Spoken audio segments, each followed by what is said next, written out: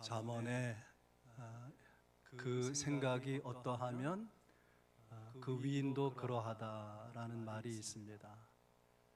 그러니까 생각이 곧 그 사람이다라는 말이죠. 생각이 참 중요합니다. 어떤 사람은 할 수 있는데도 불구하고, 할 수 있는 능력이 자신에게 있는데도 불구하고 시도해 보지도 않고 생각해 보지도 않고 나는 못한다, 나는 할 수 없다, 그런 사람들이 있는가 하면 할 수 없는 일인데도 불구하고 무모하게 할 수 있다고 교만하게 말하는 사람도 있습니다.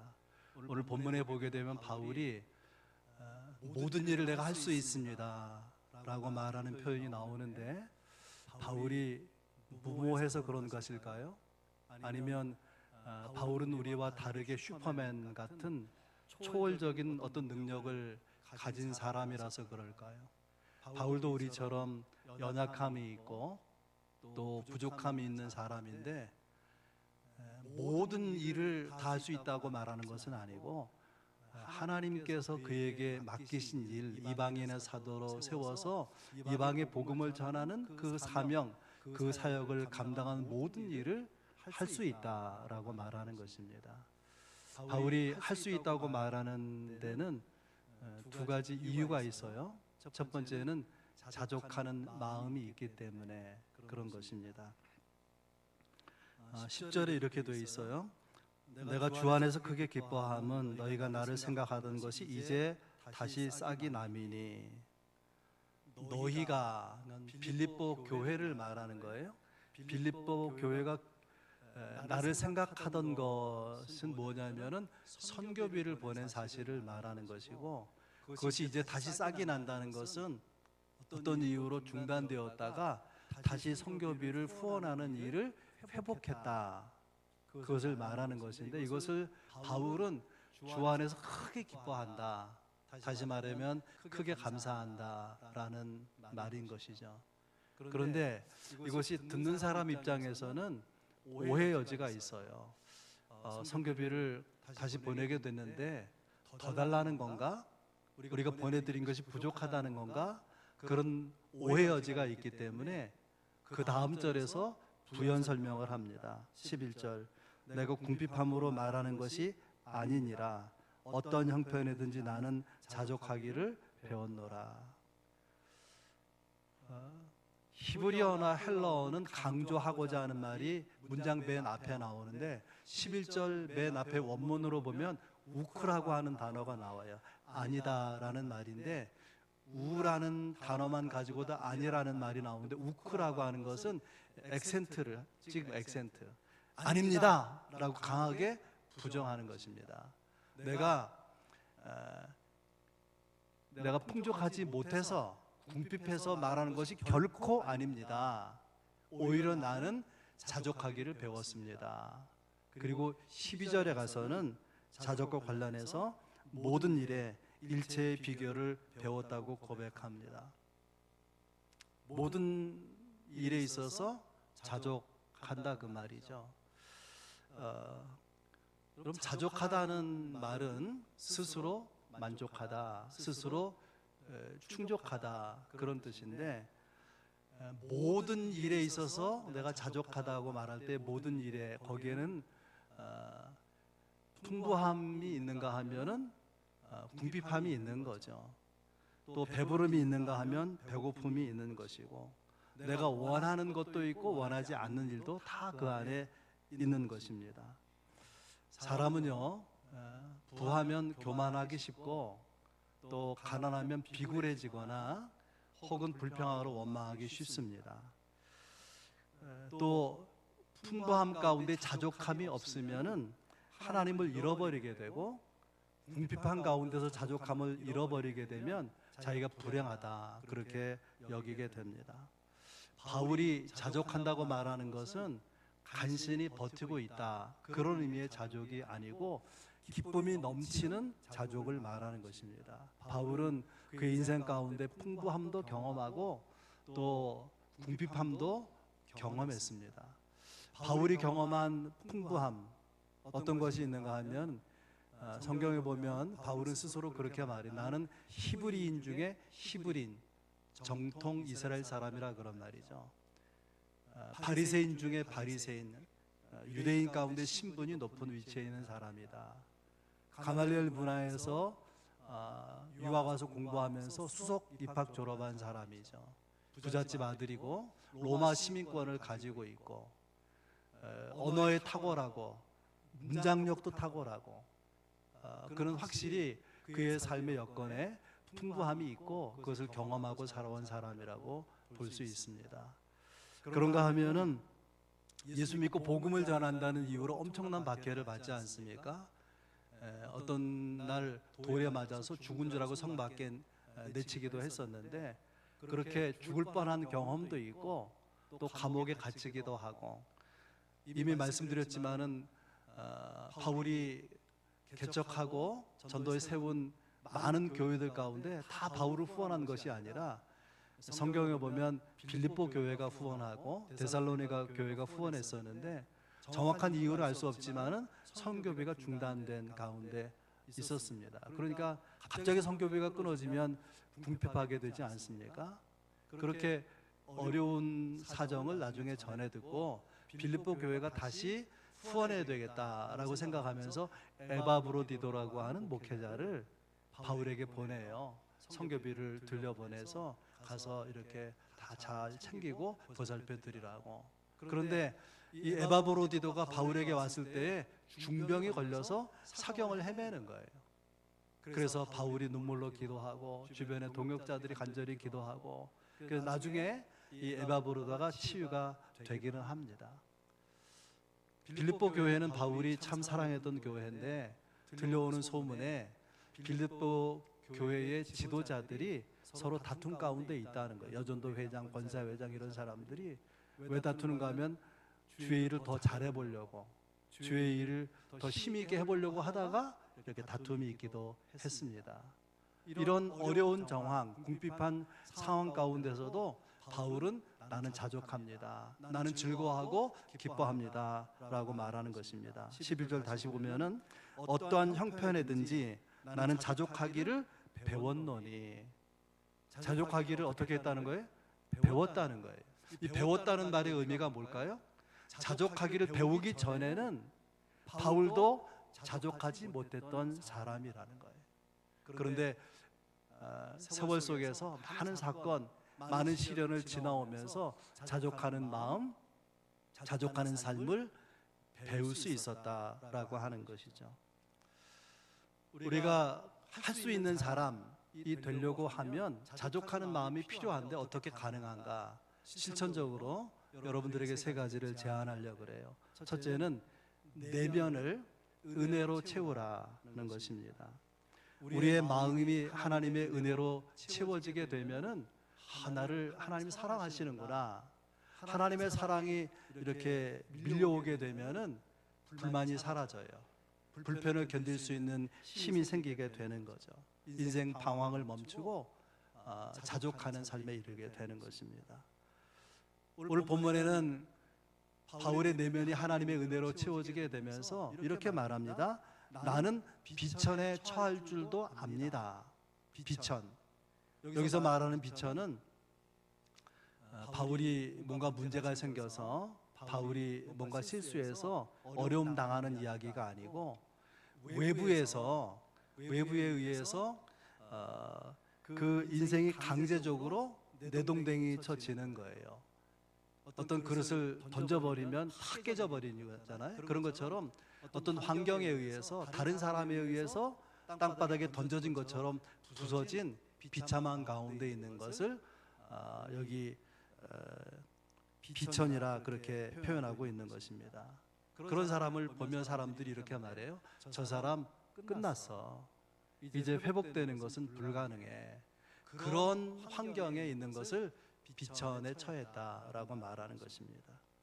오스왈드 챔버스라고 하는 목사님이 이런 말을 했어요. 하나님께서 우리를 기뻐하시는 순간 주님께서는 우리에게 참된 믿음의 샘들이 주님 안에만 있다는 사실을 배울 수 있도록 하기 위해서 이 세상에 속한 모든 헛된 부요를 궁핍하게 하신다. 복잡하잖아요. 요지는 이런 거예요. 참된 만족이 주님 안에만 있다는 것을 배울 수 있도록 하기 위해서 하나님은 때로 궁핍을 허락하신다는 거예요. 그래서 가난하게도 되고 병들기도 하고 또 내 삶의 기반이 든든해서 내 인생은 견고하다 생각했던 그 기반이 허물어지는 일들을 허용하신단 말이죠. 하나님이. 바울은 하나님이 그렇게 하신 것을 알았기 때문에 흔들리지 않았습니다.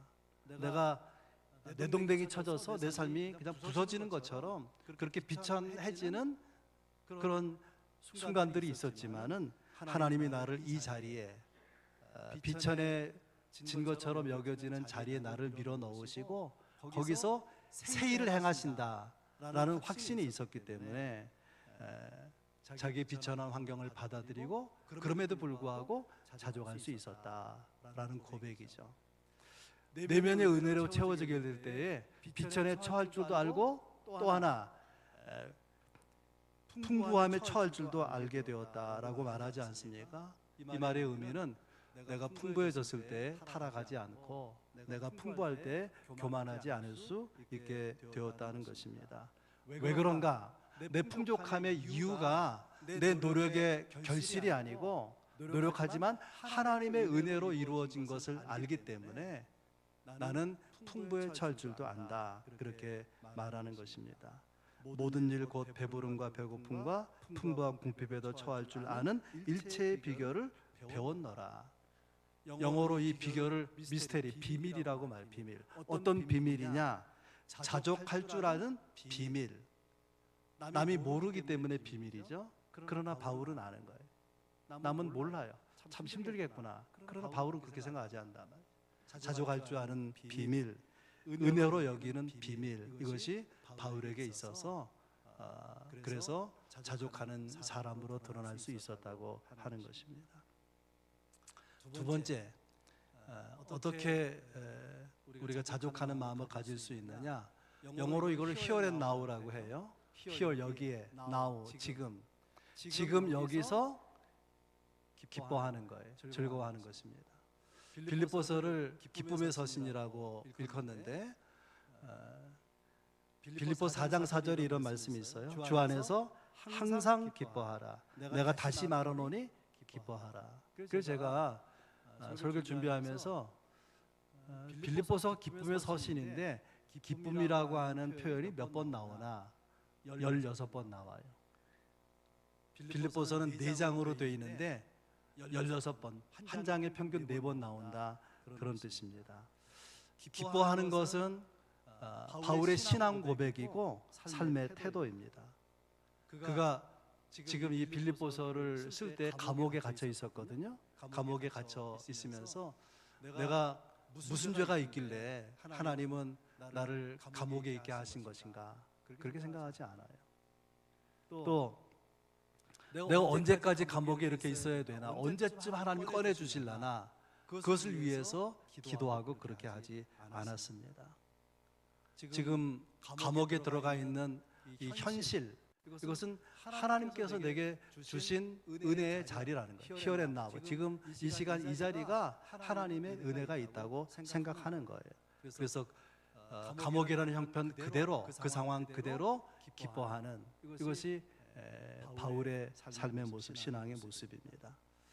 바울이 2차 전도 여행 때 여러분 잘 아는 소아시아 지역에서, 지금의 터키 지역에서 복음 전하기를 원했는데 자꾸 사역이 막히는 거예요. 참 이상하다. 왜 하나님이 막으시는 것이지? 그러다 어느 날 꿈을 꾸었는데 환상 중에 마게도냐 사람이 도와달라는 그런 모습을 보게 돼요. 이게 하나님의 뜻이다, 하나님의 계시다 여기고 배를 타고 마게도냐로 건너가서 복음을 전하게 됩니다. 빌보 지역에서 복음을 전하기 시작하는데 유럽에 세워진 첫 교회죠. 기독교가 세계 종교가 되는 그 시작점, 이것이 빌립보에서 복음을 전한, 마게도에서 복음을 전한 일 아니겠습니까? 더 놀라운 사실은 여기서 복음을 전하고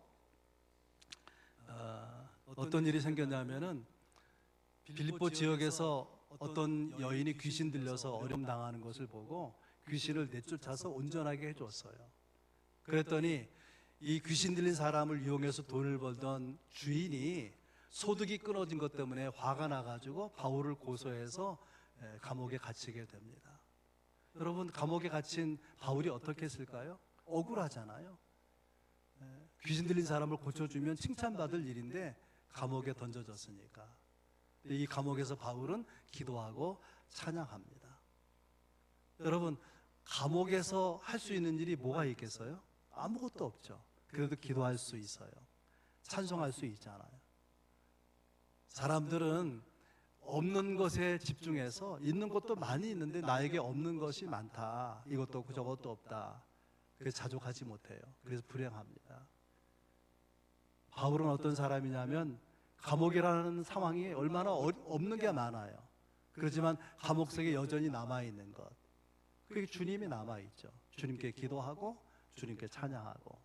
그래서 어떻게 됩니까? 감옥에 갇혀있는 동안에 하나님께서 큰 지진이 나타나게 해서 옥문이 열리고 메었던 수갑이 풀어지게 하고 거기서 기적으로 나오게 되는 그런 역사 성경 사도행 16장에 기록되어 있습니다. 삶은 하나님의 손에 있는 거예요. 이것이 바울이 가지고 있는 믿음이고 확신이죠. 삶이라는 것은 내가 준비하고 계획하고 노력하고 진행해서 여기까지 온 것이 아닌 거예요. 잠언 16장 9절에 보면 사람이 자기의 길을 계획할지라도 그의 걸음을 인도하시는 분은 하나님이시다. 우리의 삶은 하나님의 손 안에 있어요. 하나님의 능력 안에 있고 하나님의 지혜 안에 있고 하나님의 경륜 안에 있는 거죠. 이것을 믿고 확신하는 사람은 어떤 환경에서도 그대로 기뻐하고 감사할 수 있다는 거예요. 거기서 자족할 수 있는 삶도 가능해지는 거죠. 세 번째, 우리가 자족하는 마음 삶은 어떻게 우리가 가질 수 있느냐? 가장 중요하게 여기는 건데요, 본질을 붙들어요. 본질을. 바울이 열심히 복음을 전할 때에 바울을 질투하던 사역자들이 있었어요. 바울 때문에 빛이 안 난다는 거예요. 근데 바울이 감옥에 갇히게 됐잖아요. 이참에 바울의 콧대를 꺾어버리자. 사람들 앞에 우리도 뛰어난 주의 종이라고 한번 그 앞에 설 수 있는 기회가 되게 하자. 그래서 열심히 복음을 전하는 거예요. 이런 사실을 두고 바울 사도가 빌립보서 1장 17절 18절에 이렇게 말합니다. 그들은, 바울을 질투하는 사역자들이에요. 그들은 나의 매임에 괴로움을 더하게 할 줄로 생각하여 순수하지 못하게 다툼으로 그리스도를 전파하느니라. 그러면 무엇이냐? 거칠애로 하나 참으로 하나 무슨 방도로 하든 전파되는 것은 그리스도니 이로써 나는 기뻐하고 또한 기뻐하리라. 복음이 누구를 통해서 전파되든지 복음이 전파되는 것 자체로 나는 기뻐하고 기뻐하겠다는 거예요. 그래서 질투심으로 자기 이름을 내고 사람들에게 박수받기 위해서 복음을 전하더라도 복음이 전해지면 좋은 거 아니냐, 이 바울이 가지고 있는 생각입니다. 바울은 가택연금 상태에 있어서 찾아오는 사람은 만날 수 있지만 가서 누군가를 만날 수는 없어요. 그런데 놀랍게도 왕실에 속해 있는 사람들이 바울이 좀 특이하게 이렇게 소문이 나가지고 도대체 어떤 사람인가 궁금해서 왔다가 대화하는 가운데 복음을 듣고 예수 믿게 돼요. 그들이 로마를 복음화하는 데 크게 기여하는 인물로 쓰임받게 됩니다. 그들이 또 이 투옥되어 있는 가택연금 상태에 있기 때문에 혼자 있는 시간이 많잖아요. 그런데 바울은 사람들 앞에서 복음을 전하기를 힘썼던 사람인데 어떻게 하면 좋을까? 그래서 복음을 편지에 담아서 보내죠. 그래서 만들어진 서신이 빌립보서, 또 에베소서, 골로새서, 빌레몬서. 이것을 우리가 옥중서신, 감옥에서 써보낸 편지라. 그게 성경에 된 거 아니겠습니까? 여러분, 환경이 나빠서 주의를 할 수 없는 건 아니에요. 우리의 자족을 막는 것은 궁핍함이 아니고 비본질적인 것에 마음이 흔들리기 때문에 그런 것입니다. 본질을 붙들면, 바울이 복음을 붙들듯이 본질을 붙들면 하나님께서 능력을 주시고 자족하는 마음, 자족하는 삶을 살게 하셔서 사역을 능히 감당할 수 있게 하신다는 것입니다. 바울에게 있어서 본질은 복음이고 예수 그리스도입니다. 나머지는 다 비본질적인 것이에요. 그래서 빌립보 3장 8절에 이렇게 말합니다. 또한 모든 것을 해로 여김은 내 주 그리스도 예수를 아는 지식이 가장 고상하기 때문이라. 그리스도를 얻고 그 안에서 발견되려 함이니라. 바울에게 본질은 예수 그리스도, 예수 그리스도의 복음, 하나님의 나라가 본질이죠. 바울은 이렇게 생각합니다. 오직 그리스도면 된다. 여러분도 그렇게 생각하십니까? 오직 예수면 된다. 이 본질을 붙들고 있었기 때문에 그의 삶은 아주 심플해지는 거예요. 비워야 될 것과 채워야 될 것이 이 본질 안에서 너무나 자연스럽게 정리가 되는 것입니다. 전에는 정말 소중하고 유익하게 여겼지만은 본질을 알고 붙들고 보니까 그냥 어렵지 않게 내려놓을 수가 있는 거예요. 전에는 이것이 가장 소중한 본질이라고 여겼는데 본질이 아니라고 깨닫는 순간에 거기에 대한 의존을 내려놓을 수가 있었던 것이죠. 여러분은 무엇으로 여러분의 삶을 채우십니까? 여러분 자신에게 본질에 관한 질문을 한번 해보시기를 바랍니다. 내가 지금 생각하고 추구하는 것은 본질인가? 이것이 내 인생 운명을 걸어야 할 만큼 중요한 것인가? 정말 이것이 하나님의 나라와 연결된 것인가? 여러분 자신에게 묻고 긍정적인 대답을 할 수 있기를 바랍니다. 우리가 본질을 알고 그 본질을 붙들면 뭐가 달라지느냐? 그러면은 하나님의 능력이 내게 와서 붙는 거예요. 그리고 사역을 감당할 수 있는 사람이 되는 것입니다. 자족하는 마음, 자족하는 삶을 어떻게 가질 것인가 세 가지 말씀드렸고요. 우리가 바울이 고백한 대로 내가 모든 것을 할 수 있습니다 라고 말한 두 번째 이유, 그것은 성령의 역사하심, 성령의 역사하심. 13절은 유명한 구절이죠. 내게 능력 주시는 자 안에서 내가 모든 것을 할 수 있느니라. 여러분 이 말씀을 아시죠? 잘 생각해 보세요. 어떤 뜻인지. 내게 능력 주시는 자 안에서 내가 모든 것을 할 수 있느니라. 이 말은 이런 뜻이에요. 나는 할 수 없다는 것을 압니다. 그러나 하나님의 능력을 주시면 나는 할 수 있습니다. 그런 고백인 거죠. 주님은 능력을 주시는 분입니다. 우리에게 성령을 임하게 하셔서 우리에게 능력을 부어주시면 우리가 할 수 없었던 놀라운 일들을 감당하게 되는 거죠. 성령이 우리에게 임하셔서 믿음도 생기고 담력도 생기고 지혜도 생기고 그리고 삶을 변화시키는 그런 위력을 이적과 기적을 나타내는 도구로 쓰임받게도 되는 것이죠. 우리 삶의 문제 해결은 하나님께 성령을 통해서 능력을 부어주시느냐 거기에 달려 있는 거예요. 거기에 달려 있어요. 성령의 역사하심을 통해서 우리에게 능력을 부어주신다 달려 있는 거예요. 그래서 이 부분도 세 가지로 나눠서 묵상하고 싶어요. 첫 번째는 하나님은 왜 우리에게 성령을 주시느냐, 왜 우리에게 능력을 부어주시느냐. 우리에게 성령을 통해 능력을 부어주시고 능력의 성령을 부으시는 것은요, 잘 생각해 보세요. 구원의 확신을 갖게 하고 복음의 열정을 품게 하고 교회와 하나님의 나라를 세우도록 하기 위해서 성령의 능력을 우리에게 부어주시는 것입니다. 성령 역사하시면 허락해 주시는 거예요. 우리가 예수 믿게 되고 죄사함 받게 되고 하나님의 자녀가 되고 신앙생활 다 성령의 기름 부으심 안에 있는 것이지만은 성령으로 우리에게 능력을 부어주시는 것은 어떤 목적이 있다고요? 구원의 확신을 갖게 하고 열정을 가지고 복음을 전파하게 하고 하나님의 나라 교회를 세워가도록 하기 위해서 성령의 능력을 우리에게 주신다는 거예요. 성령의 역사하심을 허락해 주신다는 거예요. 여러분 어떤 사람은요, 나는 능력이 없다 이렇게 생각하는 분이 있어요. 이것을 아셔야 됩니다. 우리 가운데 우리가 예수 믿는 사람이라면 어떤 사람도 성령 받지 못한 사람 없어요. 성령 받아 예수 믿기 때문에. 아멘. 예수를 구주와 주님으로 고백하는 건 성령 받아야 된다. 그러니까 여러분 중에 누구도 성령 받지 못한 사람은 없어요. 또 여러분 중에 누구도 하나님의 은사를 받지 못한 사람은 없습니다. 우리가 복음을 전하고 하나님의 나라를 세워가도록 본인이 알든 모르든 하나님은 우리에게 은사를 부어주시는 거예요. 어떤 사람은요, 나는 뭐 가진 것도 없고 나이도 많이 들고 힘도 없고 그래서 내가 무슨 주의 일을 하나 그럴지 모르지만 여러분이 모르는 사실이 하나 있어요. 그게 뭐냐면은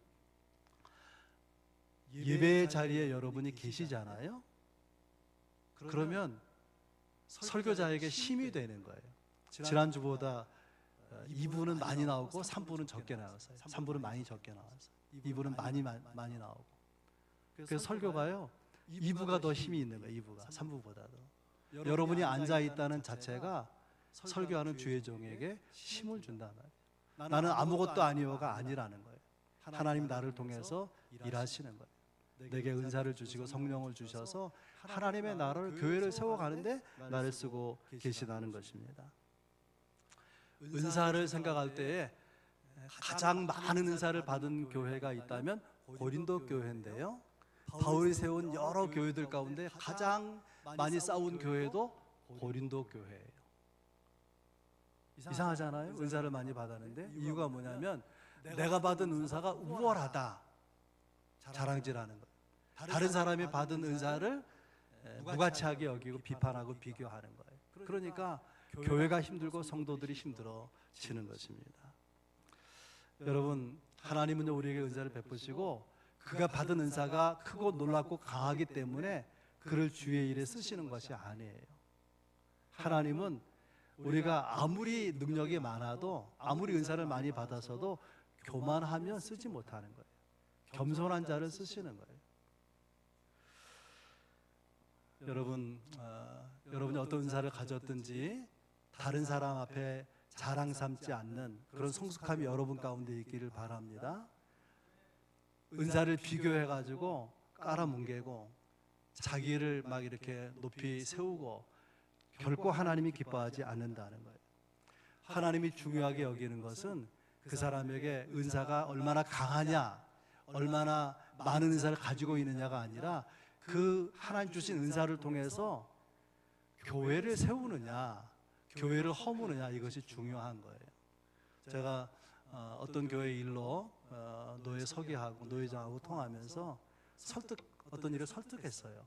설득할 때에 제 생각은 뭐냐면 시찰이 존재하는 이유, 노예가 존재하는 이유는 교회를 위한 것이다. 교회를 위한 일로 생각하면 약간의 행정적인 실수는 그거는 너그럽게 융통성을 발휘할 수 있지 않느냐. 그래서 어떻게 됐을 것 같아요? 그 서류가 통과가 된 거예요. 그래서 임원들이 괜찮은 것 같다. 이번 임원들이 그런 생각을 했습니다. 여러분, 성령의 나타남을 주시는 것, 성령의 능력을 주시는 것은 자랑질하라는 것이 아니에요. 하나님의 교회를, 하나님의 나라를 세우라고 하는 것이죠. 두 번째, 이 성령의 역사하심은 하나님이 주시는 거예요. 그래서 우리가 구해야 되는 것입니다. 여러분, 내게 성령의 역사하심을, 성령의 기름 부으심을 주옵소서 기도하십니까? 저는 매일같이 기도합니다. 매일같이. 하나님이 주셔야 받을 수 있는 거예요. 그리고 이 능력이 있으면 많은 문제들을 해결해 가는 것입니다. 부부 문제, 자녀 문제, 또 지인과의 문제, 내 삶의 문제가 성령의 능력으로 해결되어 나가기 때문에 성령의 역사하심에 눈 뜨는 것이 굉장히 중요해요. 그냥 열심히 살면 되지 그런 게 아니에요. 아무리 열심히 살아도 하나님의 능력이 우리에게 부어져야 되는 것이 구할 수 있기를 바랍니다. 성령의 역사하심이 가장 중요한 것은 사랑하라고 하는 거예요. 성령의 역사하셔서 변화되어야 될 첫 번째 사람은 나 자신입니다. 그러면 이 변화가 주변으로 확산되어 나가게 되는 것이죠. 변화를 통해서 내게 반드시 일어나야 되는 변화, 그것은 사랑하는 마음이에요. 사랑으로 살아가는 삶인 것입니다. 이야기 두 가지를 하고 말씀을 정리하겠는데요. 리빙스턴의 전기를 쓰겠다고 한 작가가 이제 리빙스턴이 사역했던 지역을 방문하며 사람들을 만납니다. 그러다가 그 사역을 경험했던 추장한 사람을 만나게 되고 리빙스턴에 대해서 물었어요. 리빙스턴이 어떻게 사역을 했습니까? 어떤 부분에 대한 경험을 가지고 있습니까? 그거 와서 무엇을 가르쳤습니까? 그랬더니 기대 이하의 답을 하는 거예요. 이 주장이. 리빙스턴이 오래 우리와 더불어 살고 사역을 했는데 나는 그가 무슨 설교를 했는지 하나도 기억을 못합니다. 나는 그가 무엇을 가르쳤는지 하나도 기억에 남아있지 않습니다. 실망스럽잖아요. 그런데 끝에 한마디를 덧붙였어요. 그런데 한 가지 아는 게 있는데 그 사람은 정말 우리를 사랑했던 사람입니다. 그러면 된 거 아닙니까? 이야기 두 번째, 어떤 신학대학 교수님이 신학생들을 다 불렀어요. 자기가 있는 그 강의실 복도로. 그래서 학생들이 강의실 그 복도에 가득 차게 됐는데 풍선 하나씩을 나눠주면서 풍선을 불고 거기다가 매직으로 자기 이름을 쓰라 그랬어요. 그래서 이제 학생들이 풍선을 불어서 풍선에 자기 이름을 썼습니다. 그랬더니 이걸 난리라는 거예요. 막 섞으라는 거예요. 그리고 나서 교수가 이렇게 게임하듯이 이렇게 말하는 거예요.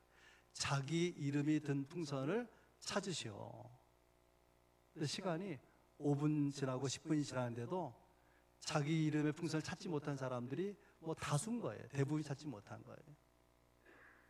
그래서 교수님이 스톱시키고 이번에는 다 풍선을 내려놓고 자기 앞에 있는 풍선을 들라고, 그리고 그 풍선에 적혀진 이름의 주인을 찾아주라고 그랬더니요, 그냥 한순간에 찾아지는 거예요. 한순간에. 예, 뭘 의미하는 거겠습니까? 내 행복을 찾아가는 삶, 내 행복만을 추구하는 삶을 살아가면 갈급하고 목마른 것인데, 다른 사람의 행복을 위해서 수고하고 다른 사람이 행복하도록 그렇게 노력해 가면 결과적으로 자기 행복으로 돌아오게 된다라고 하는 것 아니겠습니까? 이것이 사랑인 것이죠. 다른 사람들이 행복하도록 내가 노력하는 삶, 사랑의 마음이고 사랑의 삶 아니겠습니까? 우리가 할 일은 사랑하는 것입니다. 그래서 복음도 전하는 것 아니겠습니까? 놀라운 것은 우리가 사랑의 마음을 품을 때에 성령이 우리의 사랑의 마음을 주시는데, 이 사랑의 마음을 품을 때, 그것이 충만해질 때에 성령의 능력을 부어주시고 자족하는 삶도 가능해지고 하나님이 우리에게 맡겨진 사명도 사역도 할 수 있는 사람으로 변화된다고 하는 것입니다. 사랑하는 마음으로 여러분을 내려놓고 사랑하는 마음으로 하나님이 쓰시고자 하는 일에 여러분을 드리면, 바울 사도의 고백, 나는 모든 일을 할 수 있습니다. 세상 모든 일은 아니지만 내 사명을 감당하는 일이 있어서 내게 맡기신 일 넉넉하게 감당할 수 있습니다. 이 은혜에 이르리라 믿습니다. 기도하겠습니다.